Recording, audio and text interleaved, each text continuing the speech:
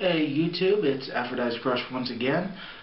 Pretty much what we're going to do right now is pretty much going to go over my new Compaq Presario laptop. You probably did, or maybe didn't, take a look at my unboxing a couple weeks ago.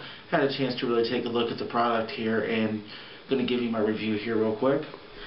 First thing we're going to go ahead and go over here is the actual back of the laptop itself, the top, if you will. The top is glossy. Really glossy, and already, my goodness, looks like it's already amassed a little bit of dust. It is very fingerprint magnetish. Yes, tracks a lot of dust. As a matter of fact, I just dusted this thing like 15 minutes ago, and there's already dust particles on it. So unfortunately that does suck, but you can always cover this up with the skin. You know, always put it in the case if you want to. Some people like to do that, blah blah blah. But it's still not bad though. I mean, it does look nice. The finish is actually quite good, so I love that. I'm going to go ahead and turn this around here, and pretty much we're not going to go over the operating system. We're just going to go ahead and go over the actual casing, how everything's laid out, stuff like that, because everybody has reviewed Windows 7, and I don't want to go into that, but like I said, I'm just going to go over the product itself here. So to turn this around, first things first, I'm going to go straight to the mouse. Mouse was really very basic. The actual touch sensor here, which I was a little worried about, is fairly well done. Very responsive. Now and then it'll cut out and whatnot, but the actual page function is really well. I was really worried about that at first, but really does stand out as very well put together. And one of the best things about this mouse I love, this little button right up here, shuts off your mouse. Gotta love that. Some people want to sit down and want to watch something or whatnot and don't want to have to worry about messing with the mouse. Just hit that button, turn off, and then you hit it again to turn it back on.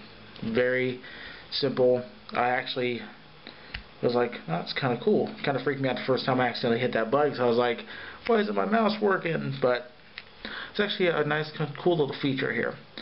The keyboard here, it's very basic. Doesn't really have any type of lighting underneath to kind of tell you which keys you're using. So if you're in a really dimly lit area, you may need to put like maybe a like a light up here at the top or something like that. But sometimes, like, what I have to do is I have to kind of actually pull the monitor down a little bit to actually see the keys. But those of you who've been texting, you know, using your typing fingers for a long time will find absolutely no fault with that. But kind of a bother a little bit to me, but I can get over it, no problem. The actual keypad is one of the things that actually attracted me to this, because I hate using this top keypad. But the keypad's very nice, very nicely laid out here. And one of the actual features about this keyboard, which is kind of nice, is the F button. F button you can use up here at the top. Has secondary functions, and also over here on the keypad. And actually right over here on the keypad is where you actually do your volume controls. So very, very nice. I did like that. I was kind of worried because up in the front here there's no dials. Pretty much all you have over here is your microphone and your headphone jack. Up in the front, that's it. Everything else, basic. Over here on the sides is a USB port, which is where I have my wireless card.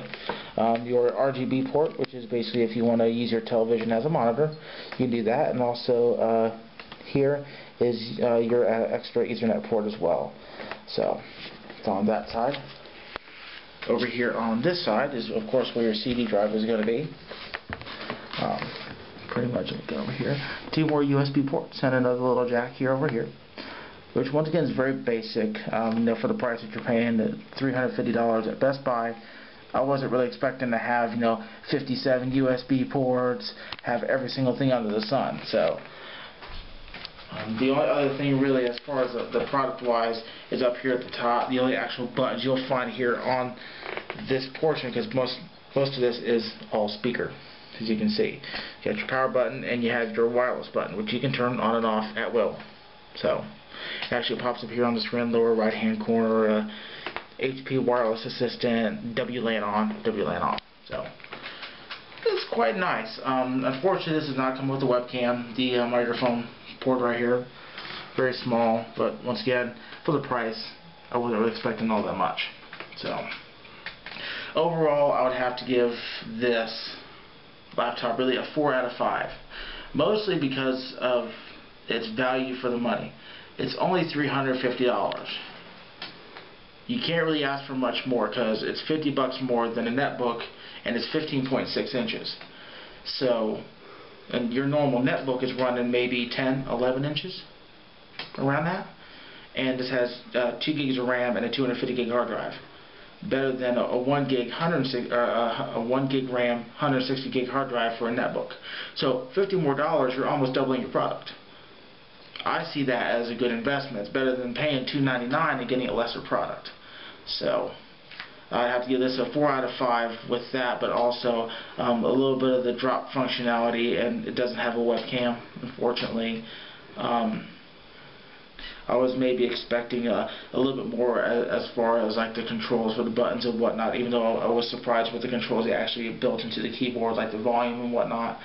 But just for the value that you're getting for your dollar here, it gets a 4 out of 5 for me.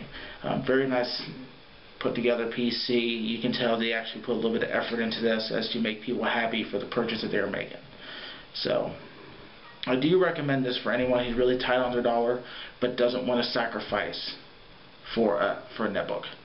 Because honestly, these are fat fingers. Right here. Fat. Fat.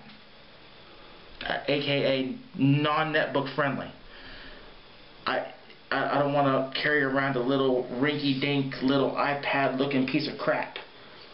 I'd rather pay $50 more and I should look a little bit professional. So, but that's pretty much this review for this little product here. And once again, I did get this from Best Buy, and once again, $350 plus tax. So, but go ahead and pick this up if you're looking for a good deal. But I do want to thank you all for watching. Please rate, subscribe, comment.